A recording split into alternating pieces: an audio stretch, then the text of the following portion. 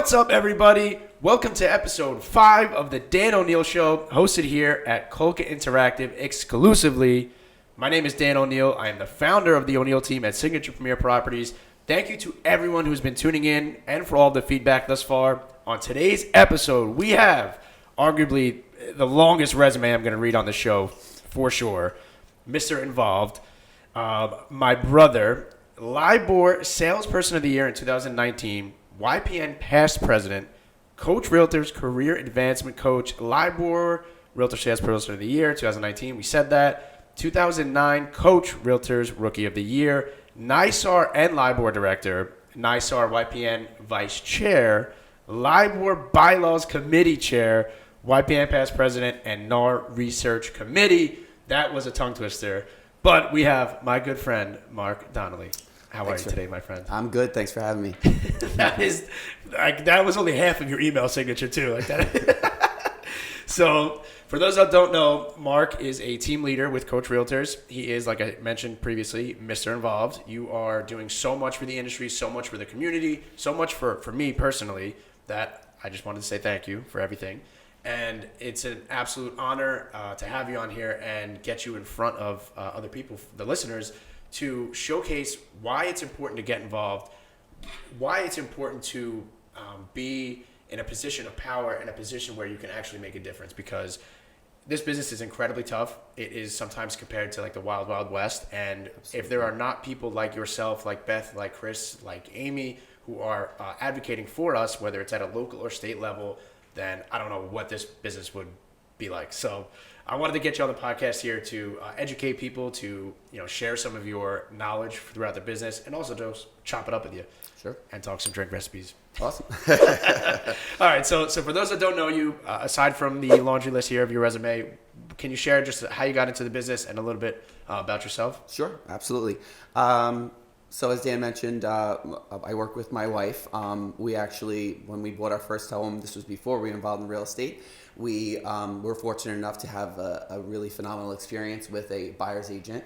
And I think we were probably one of the easiest clients because we knew exactly what we wanted. And I think we looked at 3 houses and bought the third one. In doing so, we developed a really nice relationship with that agent. And at the time, I had newly started another business, and my schedule allowed for a little bit of flexibility. Mm-hmm. And I'm an overachiever, as you could tell from my That's putting it lightly. my resume. But I'm always willing to and excited to take on new things that I feel I could have a passion for. And I got involved in real estate pretty much on a whim and was like, I'll try this out. And it slowly took over my life. Wow. But I couldn't be happier. Did you get into it thinking you were going to do it part-time, or you just like... Yes, absolutely. 100%. Being a business owner and an active part of that business at the time, I mean, I was, working until, leaving the gym at 12 o'clock at night. Mm-hmm. And then the idea of bringing on another career, most people would shy away from. But right. I find the busier I am, the better I time manage. Mm-hmm. So I like a full plate. And I like to challenge. So it was something that I was excited to start as part-time. And then I liked the challenge of being able to juggle the 2 careers. So when getting right into it, you were doing it part-time. Did you have success right away? Was it something that kind of came, gradually? When did it finally, dawn on you that, hey, maybe I can do this full-time, or maybe I can manage both businesses as both full-time, operations? Like, was it right away? Did it take you a long time, or? I was very fortunate enough. My manager, who is still my manager on the sales end, was my mentor, Joanne. She is phenomenal, and we very much have the culture of sharing, and it's one of those things where you learn from the experience level and of the agents and the professionals around you, and that's something that I definitely tell people in all aspects of their life. If you want to be successful, you need to surround yourself with successful people. Mm-hmm. Who will embrace your success as well. Right. And Joanne, I was the kind of person where if I asked a question, whatever the feedback was, I just took it and ran with it. There was no questioning it. There's a lot of hesitation, a lot of reluctance in this business because a lot of it might be new to other industries that people have worked in. I think it's really important to embrace the fact that we are really a service industry disguised and dressed as a sales industry. And I think the agents that embrace that and remember that at the heart of every transaction is a client, is a person, is a relationship, and not a sale and not a commission check.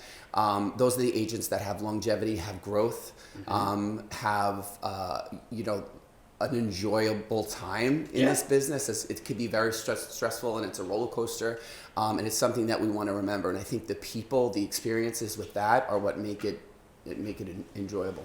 Amen. And I think what's also amazing too is you hit that perfectly, but it's also the agent to agent interactions as well in terms of the service.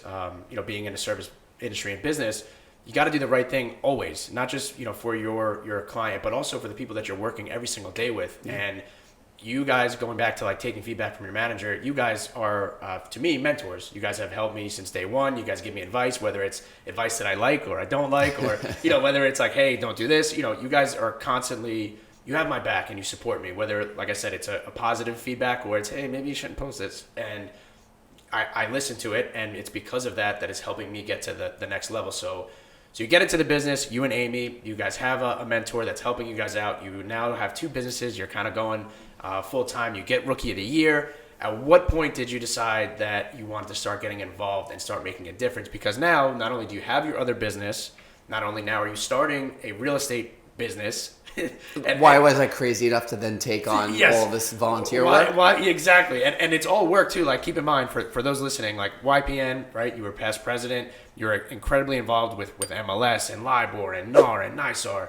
So these are all things that like you're not getting paid from. You're not getting, there's no compensation. It's all volunteer work. So why, I guess I should say, did you decide to take those roles on and get involved? Yeah, I'm a big believer. As far as thank you for saying that. As far as being a mentor, because that's a term and that I'm so humbled and excited to hear, because there are so many mentors that people I look up to that I'm so eternally grateful for having met them and had the experience with them. So I'm honored for you to say that. But I really do think that when one person teaches, two people learn.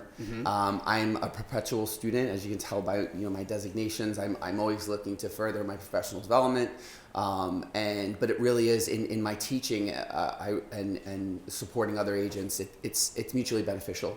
And then as far as segueing into the volunteerism, it really is all about when someone taps you on the shoulder, who's experienced in that regard, and that person for me is Kate Koplinka Conquest, who is one of my mentors, especially when it comes to the volunteer work with LIBOR, and being on the board of directors and working on committees. But the two biggest takeaways from being involved are the education aspect. So really learning the ins and outs of our organization. I mean, you were like an absolute real estate like textbook. You are a huge source of knowledge. Like, anytime we even have a conversation, like even outside, some of the stuff that you're bringing up, I'm like, what even does half of that mean? Like, you are literally like a real estate encyclopedia, especially when it comes to bylaws and the rules and regulations, and even just knowledge in general.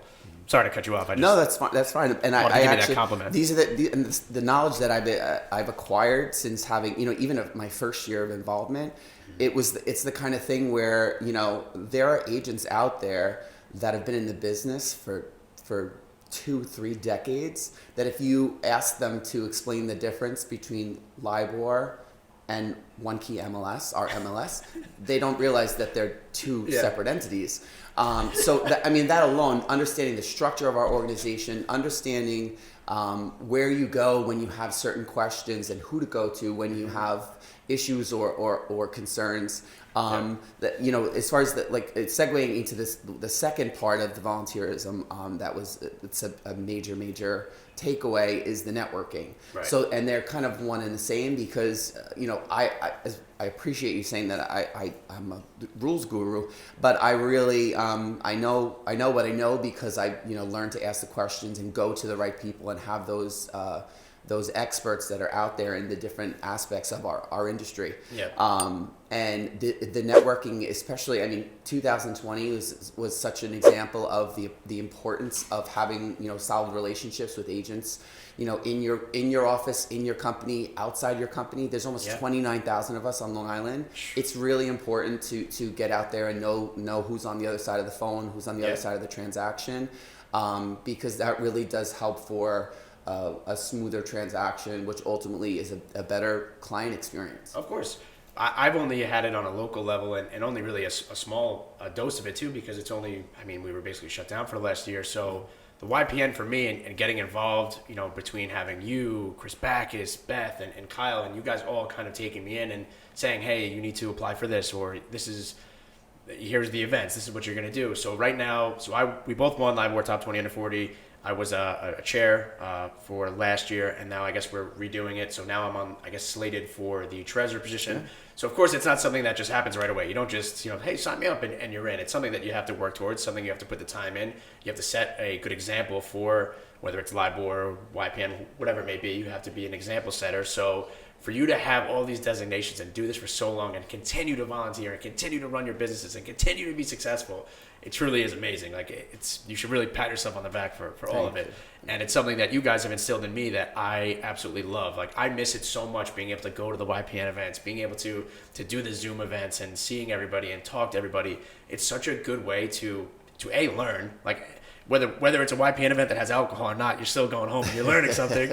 It's a good way to network, so you do know who's on the other side of the phone. It's a good way to get your social medias out there. It's a good way. It's just an amazing experience, and it doesn't matter if you're 25, 26 years old, or if you're young at heart. YPN is, and again, this is only just what I know right now, but it is such an amazing experience, and it's helped me tremendously, and it's something that I preach to my team, something that I preach to basically everybody that I speak to that's local. Get involved in YPN. Get involved. We have to be the change. We have to be the people that are fighting for each other. Yeah. These, our agents that we're working with every single day. So you've done a tremendous job getting involved. How in the heck do you have any sort of balance? I know that from hanging out with you guys, you've gotten to a level now where you can learn to put your phone down at a certain time, or you have matured enough where you could say, you know what, it's 9:00 at night. Me answering this call might not really make a difference if I answer it at 9 or if I answer it tomorrow morning. You have gotten to that level, which is tremendous, and it's something that I admire and I respect so much. But how did you get to that? How do you even have balance at all? That's, you know what I mean? To put it lightly, how do you even have balance, and how did you get to that level? Because it couldn't have just happened overnight. You couldn't have just had both businesses getting involved in all these different, whether it's YPN, NAR, or LIBOR. You couldn't have just done all this and, you know what, I'm gonna put my phone down at 7 p.m. tonight. You had to have gotten to a certain level, or something had to have clicked. So I guess, can you just dive into that a little bit? Sure. So those of you who don't know me, I am a total control freak. That was a big thing for me, and I can say even for my business partner at my the other business I own, we're very much the same person. And I want to say it took us about 9 years before we would let go a little bit. And it's really hard to be everything to everyone in every aspect of your business. And personal life too. In personal life, yeah. You can't be a golden retriever where you're all things to all people. It doesn't work, and you spread yourself too thin. But learning to delegate was a really important thing. It was difficult. Yeah. Learning to allow, to empower people and allow them to have the ability to make mistakes if you did give them a responsibility, as opposed to, here, Dan, I want you to do this, and then you started to and go, no, I'll just do it myself. Yeah. Which it took, like I said, it took about 9 years as far as the other business is concerned. With real estate, it was the same sort of situation. I was fortunate enough. I work with Amy, and a lot of people say, how do you guys do this? And it just worked. We just complement each other, and we can disconnect from work when we're not in the work environment. But it really, I had a big professional and personal mind shift a couple years ago, where it was all about managing expectations, managing expectations of others, and more importantly, managing expectations of yourself.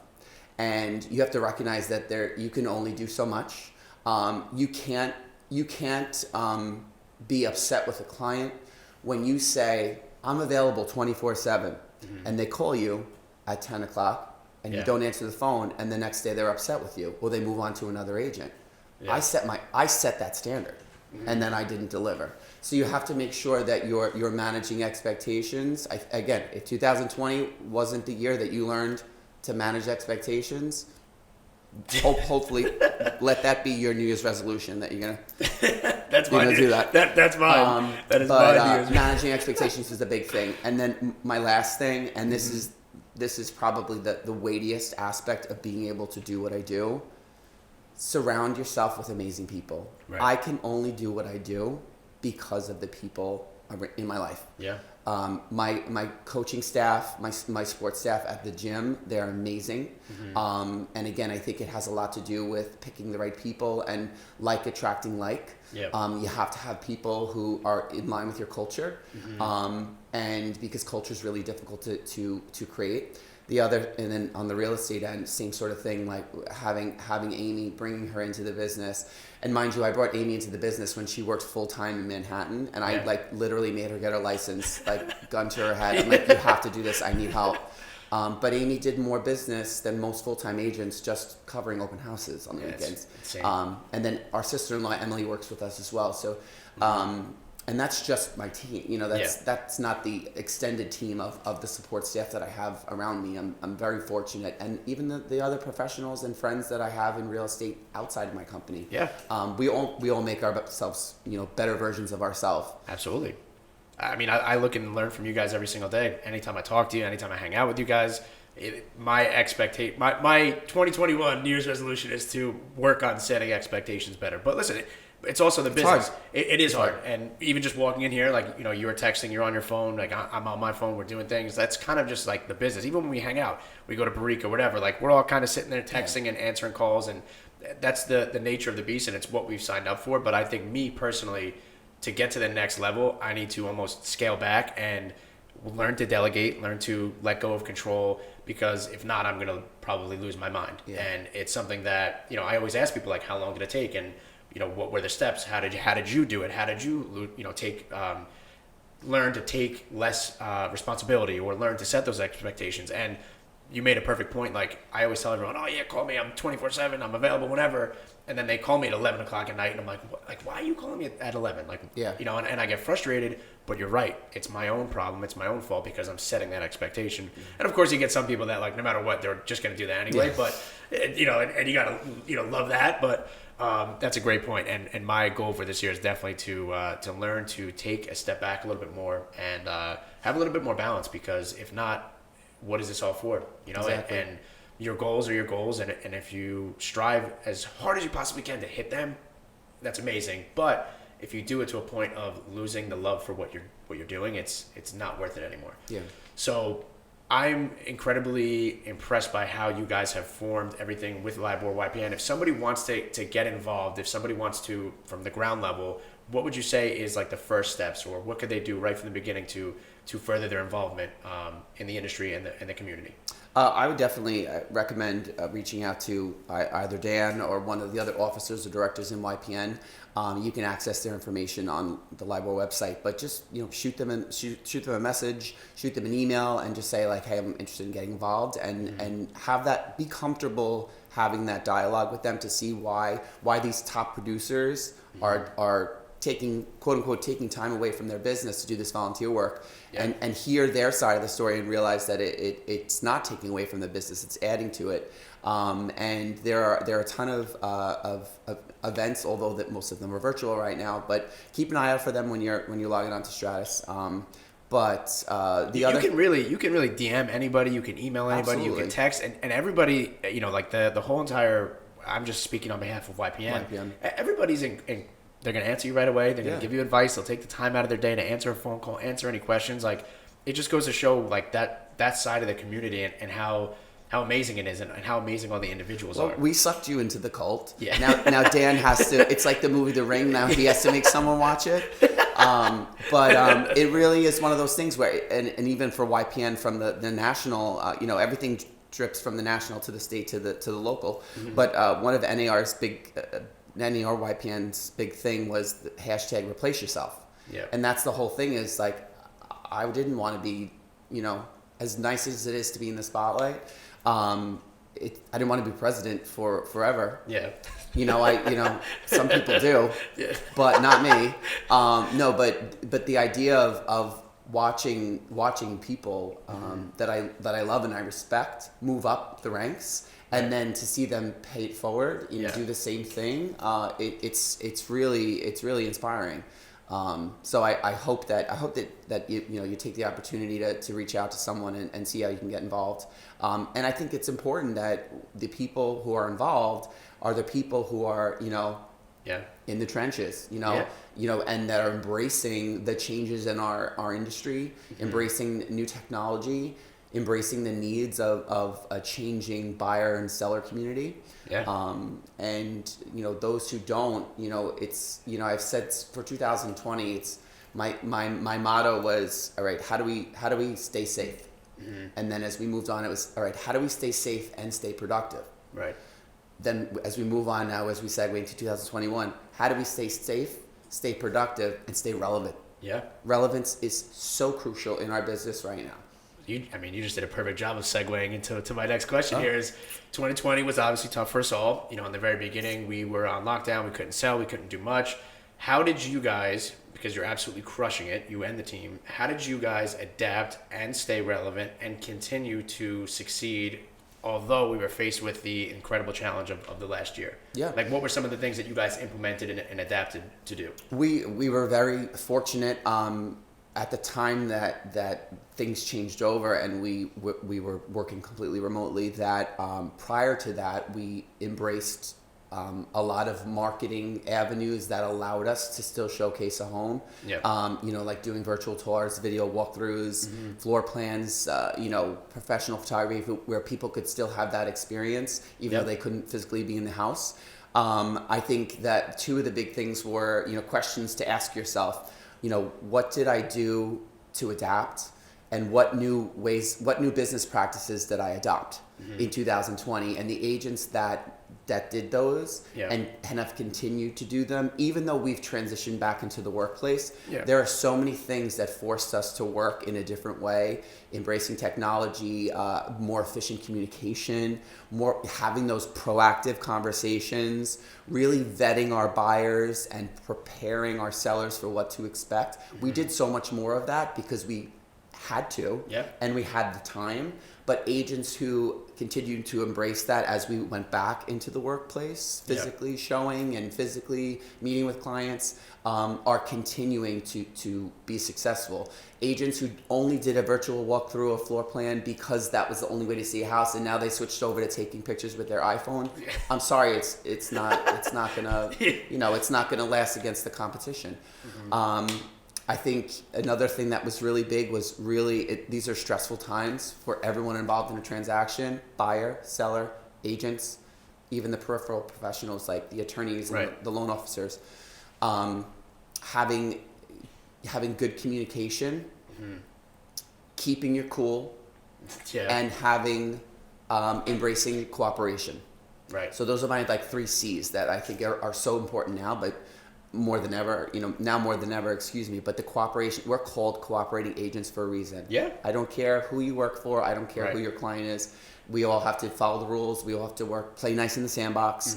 And, there were a lot of times that, clients lost their cool, but, that's our opportunity to stay level-headed and help them get back to a logical state of mind and make logical decisions. You guys work on referral basis majority, right? You don't really spend Zillow and Realtor and all the Trulia leads. You guys are predominantly referral based business. So for somebody that is getting into the business, who's maybe starting to do some deals, whatever level they may be at, what is your best advice for capturing that referral business and continuing to get it? Because it's something that I'm working majority on referrals as well. I spend the money on Zillow and Realtor, but actually it does just basically go to the team. So I'm working on referrals, but I don't have systems and structures in place right now where, hey, listen, you know what? We did 200 sales. I'm sending a Starbucks gift card to all of my past clients or whatever it may be. Like my referral communication seems to be like text and happy birthday and, just touching base every now and often, and maybe they've become friendly and or social media friends, whatever it may be, but I don't have any systems and structures in place. How do you guys do such a great job of capturing referrals? I think that it's really important to embrace the relationships you have in your life. One of the biggest things, especially when I'm coaching new agents or even experienced agents, they discount the value of a relationship because they don't think, it's their bestie or their closest relative, right? Or someone they see every other day. One of the biggest things to grow your sphere of influence list, your contact list, is to really ask, yourself a lot of questions like, who does my hair, who cuts my lawn, who's my dog groomer, who is in my, my kids' class, who's on my kids' soccer team. Who's in that networking group that I'm in, and not devalue it because it's like, oh, they live on the same block of another realtor, because not everyone wants to work with the realtor who's in their neighborhood, or even a family friend, or even a family member. Right. And you have to remember too, this is one of those things. You'll have people in your sphere of influence who will use you every time they have a need. Mm-hmm. And you will have other people who are your, the older generation would call them your cheerleader, who are going to spread the word, and I would say that because I'm a cheerleading coach. But the younger generation would say, ask yourself, who are your influencers? Mm-hmm. And not only your influencers, but who are your influential people? So right. they may just be people that they may not need to use you, but they run in a million circles. Mm-hmm. The average person knows 7 realtors. So what are you going to do? That's a good number. So what are you going to do to differentiate yourself? Because you have to be number 1 or 2, top of mind, to have a shot. Absolutely. And it's really important to stay in touch, because when someone in your sphere uses another real estate professional, it's not shame on them, it's shame on you. It's gut-wrenching. Because you obviously did something that, and it's usually contact. Mm-hmm. Most people, NAR polls buyers and sellers every year, most people, I think it's about 80%, say that they would use, it might even be higher for this year, they would use their real estate professional again. Mm-hmm. And then the number drops to almost half when they ask, when you did another transaction, did you use the same realtor? And they say no. Wow. And the reason is I couldn't remember who they were. Oh my gosh. I would have used them, but I couldn't remember who they were or knew how to get in touch with them. So staying in touch is really important. Embracing social media is probably one of the most important, easiest ways to do that. Yeah. And it's also about doing the right thing and doing a good job too, right? Because it's something that I've learned is you have to see it through. You have to see it to the end. And the last thing that people are going to remember you really by is the closing, and is, potential closing gift and the experience that they've had. So if you do a good job by somebody from start to finish, you get them, through this incredibly stressful and anxiety-ridden process in a timely manner, and you do a good job by them, they're going to want to refer you. They're going to want to spread your name. Yeah. Anytime somebody brings up real estate, oh yeah, hey, listen, you got to use my guy. You got to use my team. Like, they're the best. When you do right by somebody, they want to promote you and they want other people to use you. Yeah. Somebody just came and did my boiler at my house. Like, the guy did a great job. Somebody ever mentioned the boiler. I want him to go to their house and do a good job, because it's a gratifying or satisfying feeling, I should say. Yeah. But the referral business is something that everybody should really be taking a full advantage of. If you don't have the money to spend on Realtor, if you don't have the money to spend on Zillow, use your sphere of influence. Yeah. Use social media. I think it's important too to have the understanding that as an agent, we look at the success or lack of success or difficulty with the transaction, and the client looks at the success, lack of success, level of enjoyment of the experience. Yeah. And when you recognize that they have to have an experience, that's when you get the relationship, you get the rapport, you get the trust. The number one reason why agents are selected by people, whether they know them or not, it's someone that they feel they trust. Yeah. And if your goal is to get the listing and close the deal, you need to handhold them before they sign the paperwork, through the transaction and beyond. Absolutely. And my goal is to have a lasting relationship. When they have another need, they call me. Yeah. When they have someone else they know who has a need, they entrust us, to be willing to give the name, and pass it along. So it's the ripple effect. Every relationship should create 2 or 3 more relationships. Yeah, I mean, it's amazing. Sometimes I'll wake up and I'll have 2 texts from past clients and say, hey, so and so's looking to move to Florida, or I just sent them your number, or hey, I just gave my cousin your information. it's the best feeling because it shows that you did just that. You built the trust with them. You did an amazing job to the point where they want to brag about you. And the Zillow reviews and the Facebook stuff, like these people are also your cheerleaders on social media too. So all of my past clients are half of my Facebook comments. You know, we'll post something, you know, and it's an amazing feeling. And it's something that I'm not even really capturing with the structures and systems in place. It's just really social media and just staying friendly and staying in touch, you know, text and phone calls. So I'm very excited to now work on implementing the structures and systems to reach out to past clients, because the more deals that you do, it's not as easy to just sit there and be like, oh, you know what, I'm going to shoot a text to Mark today, or oh, let me go comment on his Facebook post. You guys have done thousands of deals at this point, so it's not at that level anymore. You need the systems and structures in place. For a new agent, what would be something that you would give to them that they can take and immediately run with right now to start their business? Like Grace, for example, right? We were hanging out a couple weeks ago, and she was mentioning she just got her license and how difficult it is, and it's not an easy business to get started in. So if somebody's listening right now as a new agent, what would be something that you could tell them to potentially help push their business along? Sure. I think that, you know, whenever I speak to or think about someone who's looking to get into the business, I always recommend, you know, do your research, do your due diligence. You want to make sure that you're partnering with a broker who looks at you as a business partner, and recognizes that a business is only as successful as its agents, because you know, if that's the mindset, that they're going to invest in your right. education, your training, so on and so forth. Don't let professional development take a back seat. The more you learn, the better you're going to do. And absolutely. And don't let the fear of not knowing the answer to everything stop you from doing anything. The imperfect action is better than no action. Agreed. And I think there is so much you can go to bed knowing everything there is to know about real estate and wake up the next day and there's 1,000 new things. Yeah. Every day you're going to learn something. Every day. So knowing that and hearing that, just know that it's okay to not know the answer, and it's okay to say, yeah, you know what, I'm not sure, but let me get back to you on that. Something when I first got my license is I wouldn't say like I would BS it, but I would, if I didn't know an answer, I would fake it, right? And I actually just had a conversation probably like a day or two ago about that, where it's like, listen, if you don't know, it's okay to say that you're not sure, or it's okay to say that you don't know. Let me get the answer for you. Let me make the call and find out for you, instead of guessing or instead of kind of faking it like you're saying.